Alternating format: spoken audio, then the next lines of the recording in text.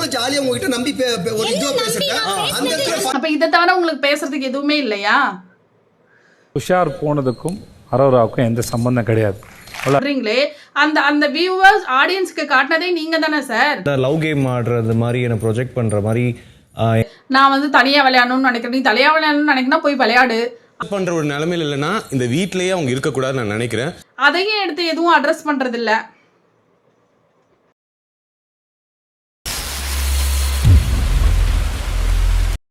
Hi வணக்கம் மக்களே, நிலா spark சேனலுக்கு தங்களை அன்போடு வரவேற்கிறேன். நான் உங்கள் நிலா. பிக் பாஸ் சீசன் 9ல டே 8 என்ன நடந்துச்சுன்னு பார்க்க போகிறோம். ஸோ வீக்கெண்டில் விஜய் சேதுபதி சார் பொலன்னு பொலந்து கட்டுவார்னு பார்த்தா மலைன்னு சரிஞ்ச மாதிரி தான் இருந்துச்சு. அந்த பழைய சோதா அவனுக்கு போடுமா? என்னடா ஓம் பிச்சு எனக்கு போட சொல்றா. ஸோ அரோராவோட டோட்டல் பிஆர் டீமாவே விஜய் சேதுபதி சாரும் பிக் பாஸ் டீமும் மாறின மாதிரி தான் இருந்தது. ஸோ வீக்கெண்ட் ஆனாலே விஜய் சேதுபதி சார் வந்து இன்னைக்கு அரோராவை பற்றி யார் பேசியிருக்காங்க, அவங்களுக்கு வீட்டில் என்ன பிரச்சனை, அதை மட்டும் சொல்லுங்கள், எடுத்து ஃபஸ்ட்டு அட்ரஸ் பண்ணுவோம், அதுக்கப்புறம் மற்ற விஷயத்தை பற்றி எல்லாம் பேசுவோம். பார்வதி வேலை பார்த்துச்சா பார்க்கலையா, யாரு கூட பேசுச்சு, என்ன பண்ணுச்சு, அதை பற்றி கான்ட்ரவர்சி என்ன இருக்குது, அதையும் கையில் கொடுங்க, அவங்களெல்லாம் பொழந்து கட்டுவோம் அப்படின்னு லிஸ்ட் அவுட் எடுத்துகிட்டு வந்து பேசுகிற மாதிரி தான் இருக்குது. ஆள் யாருன்னு மட்டும் சொல்லு, அவனை நசுக்கி தூக்கி எறிஞ்சிடுறேன். ஸோ உங்களுக்கு யாரும் இல்லைன்னு நீங்கள் கவலைப்படாதீங்க. சப்ஸ்கிரிப்ஷன் பண்ணியிருக்கேன், நாங்கள் இருக்கோம், பிஆர் டீம் இருக்குது அப்படின்னு முழுவதும் பிஆர் டீமாகவே மாறிய விஜய் சேதுபதி சாருக்கு மனமார்ந்த வாழ்த்துக்கள். இவன் வேற என்னை ரொம்ப டார்ச்சர் பண்ணுறான்டா. உங்களுக்கு பணம் கொடுத்து ஒர்க்கு கொடுத்து விஜய் டிவியில் கேம் ஷோவை ஒழுங்காக ரன் பண்ணி கொடுங்கன்னு சொன்னால் நீங்கள் போய் அரோரா ராரா அரோகரான்னு சொல்லி சுற்றுற மாதிரி தான் இருக்குது. ஸோ நல்லா ஒரு விஷயம் புரிஞ்சுக்கணும். அரோராவை பொறுத்தவரையிலும் அவங்க ஃபேமிலி வேண்டான்னு பிரிஞ்சிருக்கிறது அவங்க தானே தவிர வீட்டிலிருந்து யாரும் அடித்து விரட்டவில்லை அவர்களை. இதை தெளிவாக அவங்களோட ஃப்ரெண்டு ரியாவும் எடுத்து சொல்லியிருப்பாங்க.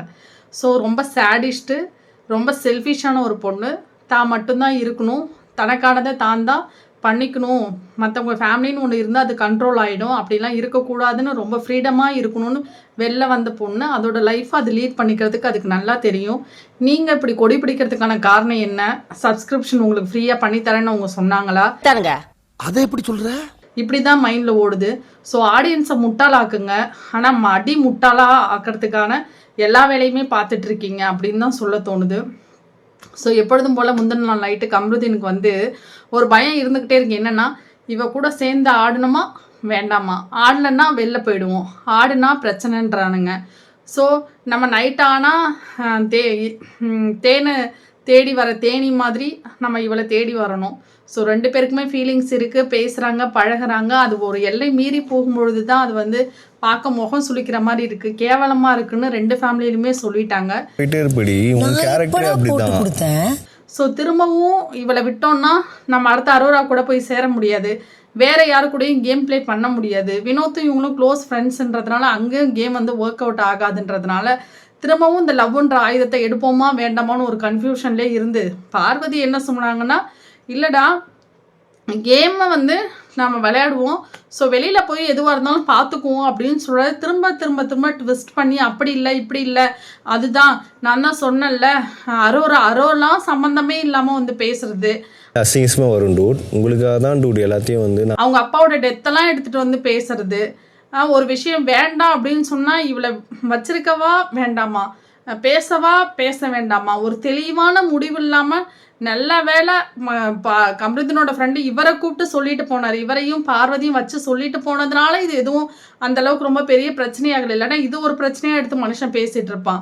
இந்த டைம் பாராட்ட வேண்டிய விஷயம் என்னென்னா, ஒரே ஒரு விஷயந்தான் பார்வதியை பற்றி ரொம்ப தெளிவாக எடுத்து சொல்லி கிளாப்ஸ் வாங்கியிருக்காரு.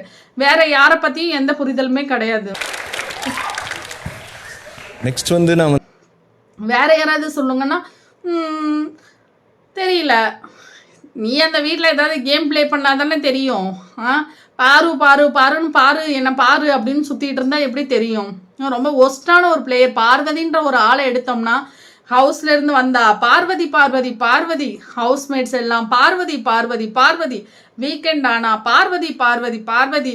உங்களுக்கு உண்மையிலேயே நான் வந்து பெட் பண்ணுறேன், உங்களுக்கெல்லாம் ஏதாவது சூடு சொரணை ஏதாவது ஒன்று இருந்தால் அந்த கேரக்டர் வெளில தூக்கிடுங்க, வேண்டாம்.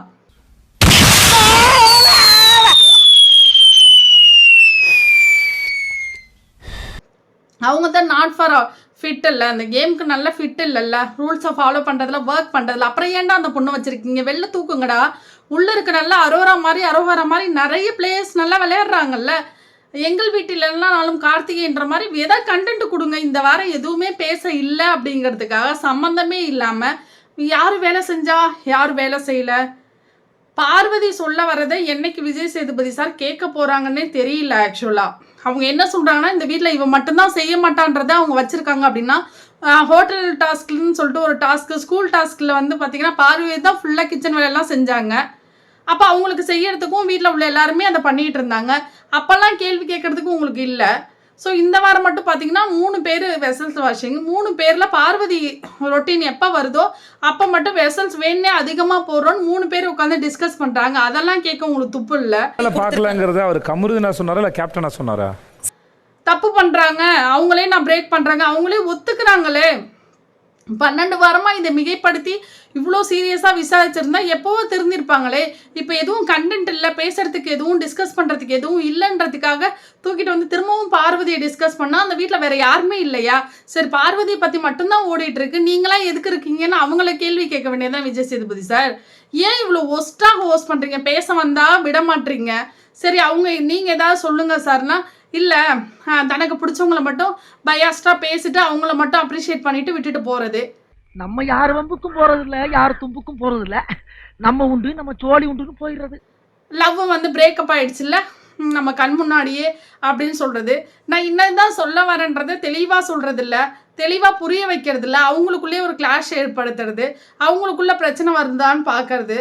ஸோ இதில் பார்வதியா கமருதீனான்னு பார்த்தா பார்வதி மேலே தப்பு இருக்குது அப்படின்னா கமருதீன் மேலே அதிகமான ஒரு தப்பு இருக்குது. பார்வதின்ற ஒரு கேரக்டர் எடுத்தால் பிக் பாஸ் வீடே இல்லை, இந்த சீசனே இல்லைன்னு தான் சொல்லணும்.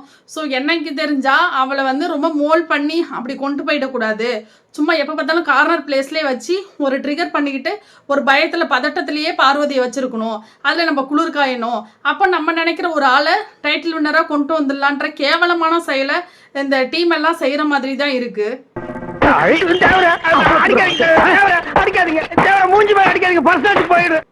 ஸோ முதல்ல அரோராவோட சப்ஸ்கிரிப்ஷன் லிஸ்ட்டை எடுத்து முதல்ல செக் பண்ணணும், எத்தனை பேர் அதில் வந்து இந்த டீமில் உள்ளவங்களோ இருக்கிறாங்கன்றத முதல்ல செக் பண்ணணும். நிறைய சந்தேகம் கூட அதில் இருக்க தான் செய்யுது. அவங்க நல்லா விளையாடலன்னு அவங்களே ஒத்துக்கும் பொழுது அவங்கள உள்ளே வச்சிருந்து நீங்கள் என்ன பண்ண போகிறீங்க? என்ன பண்ணுறாங்க? வினோத் கரெக்டாக பாயிண்ட்ஸ் வருதா பாரு, நீ என்ன பண்ணுற? வாரம் ஃபுல்லாக எல்லாரும் கூட சிரிச்சு பேசுகிற, அவங்கள்ட்டே பாயிண்ட்ஸ் எடுத்துக்கிற, வீக்கெண்டில் போட்டு கொடுக்குற, இந்த வேலையை மட்டும் தான் பார்க்குறேன்னு வினோத் கரெக்டாக சொல்கிறாரு. அப்போ இதை தவிர உங்களுக்கு பேசுறதுக்கு எதுவுமே இல்லையா? அவங்களும் ஜாலியாக உங்ககிட்ட நம்பி ஒரு இதுவாக பேசுகிறேன். கொஞ்சம் கூட ஒரு ரசிக்கிற மாதிரியே இல்லை. வீக்கெண்ட் வந்துச்சுன்னா கோவம் அதிகமாகுது. ஏதாவது வாய் தவறி ஏதாவது ஒரு வார்த்தை விட்டுருவோம்னு வேற பதட்டமாகுது. ஏன் இதெல்லாம் போய் பேசிக்கிட்ட அப்படின்னு சொல்லி இவ்வளோ ஒரு ஒஸ்டான ஒரு வீக்கெண்டாக இருக்குது. என்ன பேசணும், எதை அட்ரஸ் பண்ணணும், எதுக்கு ஒரு சொல்யூஷன் கொடுக்கணும்லாம் இல்லை. ஆகுன்னா பார்வதியை தூக்கிட்டு வந்து உள்ளே வச்சுக்கிட்டு கும்மி அடிக்கிறது சுற்றி. ஓகே ஒருத்தி தாங்குறான்றதுக்காக ஃபுல் அண்ட் ஃபுல் அவன் மேலேயே ஃபோர்ஸை இறக்கிட்டே இருந்தா அந்த வீட்டில் நான் என்ன சொல்கிறேன், உங்களுக்கு நான் பெட் பண்ணுறேன், பார்வதியை நீங்கள் அட்ரஸ் பண்ணுற மாதிரி டார்கெட் பண்ணுற மாதிரி கமருதீனையே கனியே நீங்கள் பண்ணுங்க. அவங்களும் பண்ணதான் செய்கிறாங்க. ஒரு இடத்துல யாரும் தப்பு பண்ணாமல் உத்தம புத்திரன்கள்லாம் அங்கே யாருமே கிடையாது, எல்லாரும் தப்பு பண்ணுறான். ஆனால் எல்லாரோட பார்வதி இவன் மேலே இருக்கிறதுனால இவன் மட்டும்தான் செஞ்சா அப்படின்னு சொல்லிட்டு எடுத்துகிட்டு வந்து சொல்கிறாங்க. ஒத்துக்க தான் செய்கிறான். ஆமாம் நான் செய்யல தான் சார், நான் கொஞ்சம் முரண்டு பிடிக்கிறேன் தான் அப்படின்னா ஒரு அளவு தான் செய்யலாம். பாத்திரம் அவ்வளோக்கும் இருந்துச்சுன்னா பாத்ரூம் கழுவ போனால் அங்கே பிரச்சனை, இங்கே வந்து கிச்சனுக்கு வந்தால் இங்கே பிரச்சனை, அப்போது வீடு வந்து க்ளீனாக இல்லைன்னா அங்கே பிரச்சனை. கனியை தான் சொல்கிறாங்களே ஹவுஸ் க்ளீனாகவே இல்லை சார்னு அதை எடுத்து கேட்குறது, அதை எடுத்து கேட்க துப்பு இல்லை. கூப்பிட்டு சொல்ல வேண்டியதாக இருந்தது, இதை பாருங்க, இதை பண்ணலை, இதை பண்ணுங்க. அவங்களே தான் சொல்கிறாங்களே ஹவுஸ் க்ளீனாக இல்லைப்பா. ஹவுஸ் க்ளீனிங் யார்? அரோரா அங்கே இருக்கிறாங்க, அதனால் அதை பற்றி நாங்கள் பேச மாட்டோம், உடனே வேறு டாபிக் மாறிடுவோம். எல்லாரும் பண்ணுறாங்க, ஆனால் அடிக்கடி இவங்க பண்ணுறதை மட்டும் பதிவு பண்ணுறாங்க, அதையும் நாங்கள் பதிவு பண்ணிக்கிறேன். தலையோட வேலை இல்லை அப்படின்னு எனக்கு தோணுச்சு. சொல்லுங்க. என்னன்னா இப்போது திரும்ப போய் பார்வதியோட ஷேடோவிலே இருந்து பார்வதியால் நமக்கு இந்த கேமை மூவ் பண்ணலான்னு கமருதீன் நினைக்கிறாரு. அது வாய்ப்பே இல்லை. அவரை இந்த வாரம் வந்து ஹீரோ ஆக்கிடலாம், அவன் பேசின ஒரே நல்ல பாயிண்ட் பார்வதியை பற்றி எடுத்து வச்ச பாயிண்ட்ஸ் தான், மற்ற எல்லாமே மொக்கையான பாயிண்ட்ஸ் தான். நைட் டைம் மட்டும் ரொம்ப அதிகமாக பாத்திரம் வந்து விழும் சார் எப்பயுமே. ஏன்னா வந்து சம்பந்தமே இல்லாமல் அமித்தை போய் வெளியெடுத்து வச்சிருக்கிறீங்க. உங்களுக்கு நான் கேட்குறேன், சம்பாதிக்கணும், பணம் தான் சம்பாதிக்கணும், பாவம் இவங்கெல்லாம் ரொம்ப கஷ்டப்படுற ஃபேமிலியிலேருந்து வராங்க, சம்பாதிக்கணும்னு நினைக்கிற விஜய் சேதுபதி சாரோட மனசை வந்து நான் பாராட்டுறேன். ஆனால் அதை உங்களோட படத்தில் ஒரு வாய்ப்பை கொடுங்க, உங்கள் படத்தில் எடுத்துக்கோங்க. ஏன் உள்ளே வச்சு எல்லாரையும் டார்ச்சர் பண்ணிகிட்டு இருக்கீங்க? நீங்கள் சம்பளம் கொடுத்தா தெரியும். கம்ருத்தினா இந்த வாரம் நீ வேலையே செய்யலை, வீட்டு வேலையே செய்யலை, சரியாக அட்ரஸ் பண்ணல, மற்றவங்க செய்கிற வேலையெல்லாம் நீ போய் செஞ்சிட்டு இருக்க அப்படின்னு சொல்லி கனி சொன்னதுக்காக அதை எடுத்து கேட்குறீங்க. ஒன்று தெரிஞ்சு போச்சுடா, இந்த பிரபஞ்சத்துல உங்க மத்தியில இந்த உசுரை காப்பாத்துறது ரொம்ப சிரமம். அப்போ நானும் தான் சொல்கிறேன், உங்கள் வேலையை செய்து சார் நீங்கள் ஒழுங்காக செய்யவே இல்லை. வாரத்துக்கு யார் நல்லா விளையாடலையோ அவங்கள அந்த ஆர்டர் படி கரெக்டாக ஓட் லிஸ்ட் அடிப்படையில் வெளியில் எடுக்கிறதுல உங்கள் விருப்பத்துக்கு ஒவ்வொரு பிளேயராக தூக்குறீங்க. அப்போ இதை பார்க்குற ஆடியன்ஸுக்கு ஒரு மரியாதை கிடையாது, அவங்க போடுற ஓட்டுக்கும் ஒரு வேல்யூ கிடையாது. அப்போ நான் என்ன கேட்குறேன்னா, எங்களை யாரையும் டிபெண்ட் பண்ணாமல் இதுதான் ஷோன்னு நீங்கள் அதன்படியே ஃபாலோ பண்ணி அந்த ஃபார்மேட்டையே பண்ணுங்கள். அப்போ கொடுக்குற பணத்துக்கு நீங்களும் தான் சரியாக வேலை செய்யறதில்ல. எப்போ ஷோ முடிப்போம், சீக்கிரம் எல்லாரையும் பேசுகிறதெல்லாம் கட் பண்ணுறது, பேச வரதெல்லாம் ஸ்டாப் பண்ணிவிட்டு ஓகே ஓகே ஓகே இதுக்கு மேலாம் உங்களுக்கு பேசுகிறது டைம் கொடுக்க முடியாதுன்னா ஒவ்வொருத்தவங்களுடைய பர்ஸ்பெக்டிவ்லேருந்து ஒவ்வொரு பாயிண்ட்டாக அவங்கவுங்க யோசிக்கிறத எடுத்து சொல்ல தான் செய்வாங்க. திவ்யா பேசுறதுக்கு காது வலிக்குதுன்னா வெளில தூக்கி போடுங்க. ஏன் திவ்யாவை உள்ளே வச்சுருக்கீங்க? உங்களுக்கு சம்பளம் எதுக்கு கொடுக்குறீங்க? உங்கள் படத்தில் வாய்ப்பு கொடுத்து உள்ளே வச்சுருங்களேன் சார். விஜய் டிவியில் எவனோ ஒருத்தன் சம்பளம் கொடுக்குறான்றதையாக உள்ளே வச்சு ஏன் எங்களை டார்ச்சர் பண்ணிட்டு இருக்கீங்க? இவங்களாம் நல்ல பிளேயரா? முக்கியமாக வந்து துஷாத் வெளில போனதுக்கு அரோராவே காரணம் இல்லை அப்படின்னு நீங்கள் சொல்கிறீங்களே, அந்த வியூவர்ஸ் ஆடியன்ஸ்க்கு காட்டினதே நீங்கள் தானே சார்? துஷார் போனதுக்கும் அரோராவுக்கும் எந்த சம்பந்தம் கிடையாது. அவங்க பாத்ரூமுக்கு வான்னு சொல்லி அரோராவை அரோரா வந்து துஷாத்தை கூப்பிட்டாங்களே, அதெல்லாம் இப்போது நல்ல விஷயம் இல்லையா? அதுக்கப்புறம் அவங்க வந்து வேலை செய்யாமல் எனக்கு அலர்ஜி வருது சார், அது வரல இது வரல அப்படின்னு அவங்களே ஒத்துக்கிட்டாங்களே, அதெல்லாம் கரெக்டான விஷயமா? ஏன் சார் இவங்க ஃபேமிலியை விட்டு இருக்காங்க, எனக்கு பெட்டு வேணும் அப்படின்றதுக்காக அதுக்கு ஒரு குறும்படம் போட்டு காட்டுறீங்களே, இதெல்லாம் எந்த வகையில் நியாயம் சார் இது? இப்போ எல்லாருக்கும் அந்த மாதிரி பண்ணுவீங்களா? மாமாவை பார்க்கணும், அக்காவை பார்க்கணும், எங்கள் அக்காவை மிஸ் பண்ணுறேன், எனக்கு வந்து ஒரு குடும்பம் போடுங்கன்னா போடுவீங்களா? அவ்வளோ இம்பார்ட்டன்ஸ் அந்த மேடமுக்கு நீங்கள் கொடுக்கறதுக்கான காரணம் என்ன? இதை பார்க்குற எங்களெல்லாம் முட்டாளாக்கிறதுக்கான காரணம் என்ன? ஒரு வேலையுமே செய்யவே இல்லை அரோரா. இது என்னன்னா வீட்டில் எல்லாரையும் வந்து கூட வச்சுக்கிட்டு அப்படியே சப்போர்ட் பண்ணுற மாதிரி ஒரு ஒரு ஒரு விஷயத்தை வந்து அதுக்குள்ளேயே ஒரு சோனை கிரியேட் பண்ணி அதில் மற்றவங்க யாரையுமே யோசிக்க விடாமல் ஒரு இன்டெரக்டாக ஒரு கேம், மைண்ட் கேம் வந்து விளையாண்டுட்டு இருக்காங்க. அவங்கள தூக்கி வச்சு எப்போ பார்த்தாலும் ஐயோ பார்வதி விட்டா அரோரா, விட்டா பார்வதி பண்ணி வச்சுக்கோங்க. வெளியே உங்கள் ஃப்ரெண்டை பார்க்காம யூஸ் பண்ணுங்க, உட்காருங்க. என்னதான் கேம் பிளே, இதில் சம்மந்தமே இல்லாமல் பேசுகிறாங்க. திவ்யா தேவையில்லாத கண்டென்ட்லாம் எடுத்துகிட்டு வராங்கன்னு விக்ரம்லேருந்து எல்லாரும் சொல்கிறாங்க. அதையும் எடுத்து எதுவும் அட்ரஸ் பண்ணுறதில்ல. பண்ற ஒரு நிலைமையில இல்லைன்னா இந்த வீட்லயே அவங்க இருக்கக்கூடாதுன்னு நான் நினைக்கிறேன். இந்த வீட்டில் இவங்களோட கேம் முடிஞ்சிருச்சு, இனி வெளியில் போகலாம் அப்படின்னு சொன்னால் அதுக்கும் வந்து அரோரா வந்து யாரை சொல்கிறாங்கன்னா இவங்க பார்வதியை சொல்கிறாங்க. ஏன்னா அவங்க வந்து டோட்டலாக சேஞ்ச் ஆகிட்டாங்களாம், ஆர்டிஃபிஷியலாக இருக்கான் அவங்களோட இதெல்லாம்.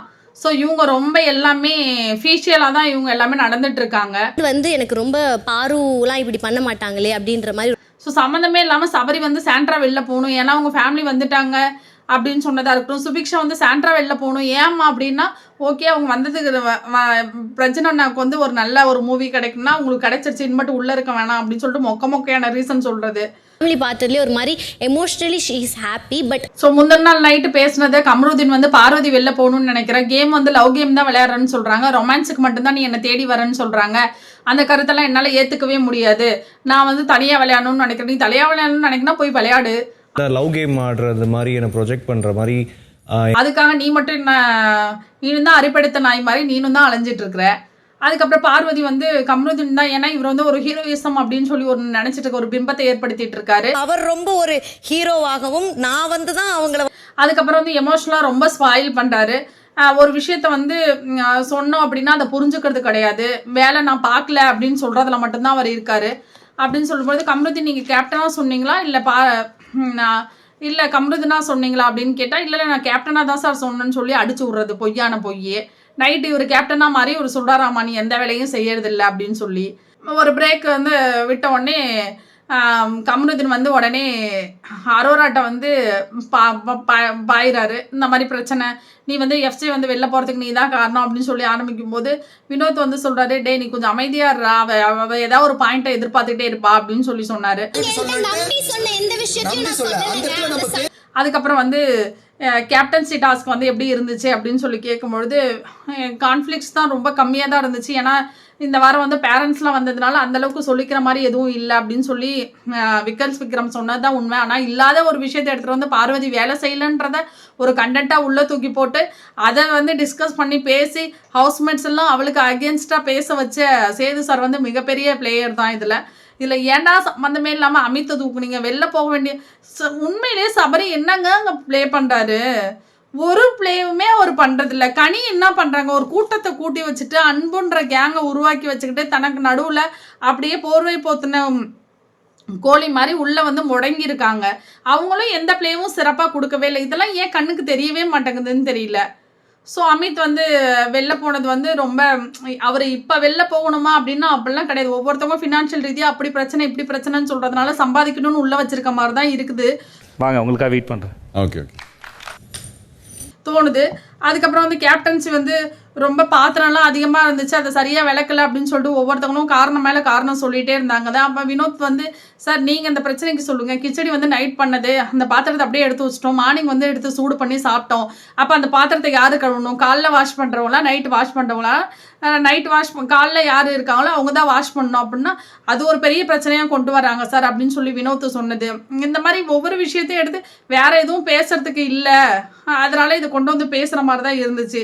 அப்போது இல்லை சார் நான் தப்பு பண்ணுறது தான், நான் வந்து திருத்திக்கிறேன், நம்ம வந்து முரண்டு பிடிக்கிறேன் தான் அப்படின்னு சொல்லும்போது ஏமா தெரிஞ்சுக்கிட்டே நீ அதை பிடிக்கிற மாட்டேன் அப்படின்னு ஒரு முரண்டு பிடிக்கிறேன் தான், ஆனால் எண்ட் ஆஃப் த அப்படின்னு சொல்லி சொன்னது.